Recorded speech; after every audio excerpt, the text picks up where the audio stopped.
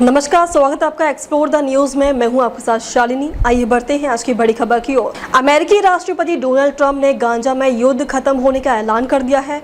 उन्होंने ये बात मिडिल ईस्ट के लिए रवाना होने से पहले कही। यहाँ पर इजरायल और हमास 2 साल से ज्यादा चले युद्ध के बाद बंधकों को रिहा करेंगे।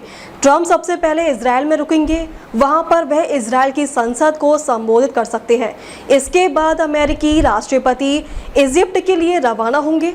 यहाँ पर ट्रंप इजिप्ट के राष्ट्रपति अब्देल फतह अल सीसी के साथ गाजा शांति सम्मेलन की सह मेजबानी करेंगे।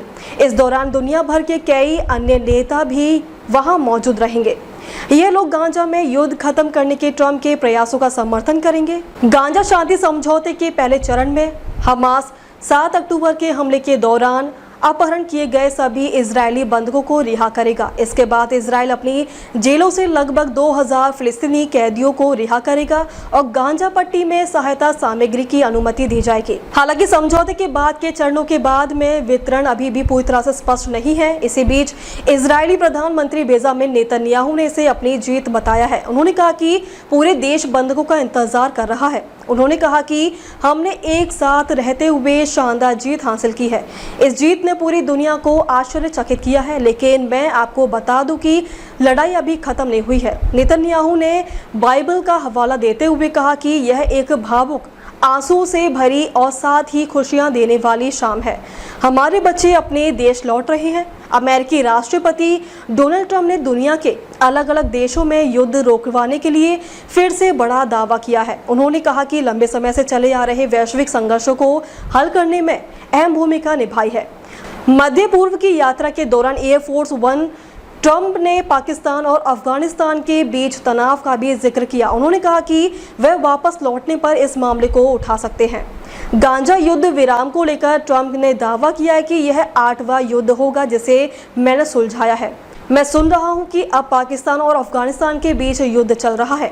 अब मेरे वापस लौटने तक इंतजार करना होगा। मैं एक और युद्ध हल कर रहा हूं क्योंकि युद्धों को हल करने में अच्छा हूं। डोनाल्ड ट्रंप ने भारत और पाकिस्तान के सहित लंबे समय से चले आ रहे विवादों को हल करने के लिए अपने पिछले प्रयासों को याद किया। उन्होंने कहा कि भारत पाकिस्तान के बारे में सोचे, उन युद्धों के बारे में सोचे जो वर्षों से चले आ रहे थे। 31 साल, 32 साल और 37 साल से मसले चले आ रहे थे, जिससे हर देश में लाखों लोग मारे गए।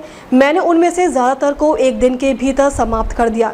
यह बहुत अच्छा है। ट्रंप ने कहा कि शांति हमलों के जरिए लाखों जिंदगियां बचाने में भूमिका निभाना सम्मान की बात है। मेरे प्रयास व्यक्तिगत मान्यता और पुरस्कार के लिए नहीं है।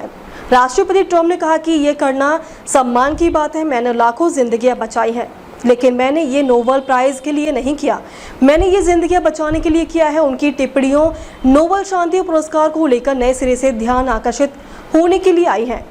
व्हाइट हाउस में नोबेल शांति पुरस्कार समिति की आलोचना करते हुए उस पर वैश्विक शांति में ट्रंप के योगदान को नजरअंदाज करने का आरोप लगाया गया था। ट्रंप विभिन्न असत्यापित दावों के आधार पर इस सम्मान को पाने की कोशिश कर रहे हैं, जिनमें भारत और पाकिस्तान के बीच तनाव कम करने का दावा भी शामिल है। वेनेजुएला की विपक्षी नेता मारिया कोरिना मचाडो को 2025 के नोबेल शांति पुरस्कार का विजेता घोषित किया गया। खास बात है कि एन मौके पर मिले पीएम मोदी को न्योता देने के बाद सिंह को भेजने का फैसला लिया गया है। बताया गया कि पाकिस्तान प्रधानमंत्री शहबाज शरीफ भी बैठक में शामिल हो सकते हैं, जिसके मद्देनजर सिंह को भेजने का निर्णय हुआ है। उन्होंने कहा कि भारत इस बात का जोखिम नहीं उठाना चाहता था कि ट्रंप और शरीफ के बीच एक मंच पर आने के बाद स्थिति कैसे बनेगी। ब्रिटेन के प्रधानमंत्री कियर स्टारमर, इटली के प्रधानमंत्री जॉर्जिया मेलोनी, फ्रांस के राष्ट्रपति इमैनुअल मैक्रों और संयुक्त राष्ट्र महासचिव एंटोनियो गुतेरेस इस शिखर सम्मेलन में शामिल होंगे। यह शिखर सम्मेलन राष्ट्रपति ट्रंप की गाजा शांति योजना के पहले चरण के लागू होने के कुछ दिनों बाद हो रहा है। गाजा में युद्ध विराम कल से लागू हुआ था। उम्मीद है कि हमास लगभग 20 जीवंत बंधकों को सोमवार को रिहा कर देगा। 7 अक्टूबर 2023 को हमास द्वारा इजरायली शहरों पर हमला करने के बाद, जिसमें लगभग 1200 लोग मारे गए थे, इजरायल ने गाजा पर हमले शुरू किए। हमास ने 251 लोगों को बंधक भी बनाया था और उसमें से 50 से ज्यादा अभी उसकी कैद में है। गाजा में हमास द्वारा अब तक इजरायली सैन्य अभियानों में 67,000 से ज्यादा फिलिस्तीनी मारे गए हैं। अब तक के लिए बस इतना ही, फिर होगी आपसे मुलाकात। तब तक के लिए नमस्कार और देखते रहिए एक्सप्लोर द न्यूज़।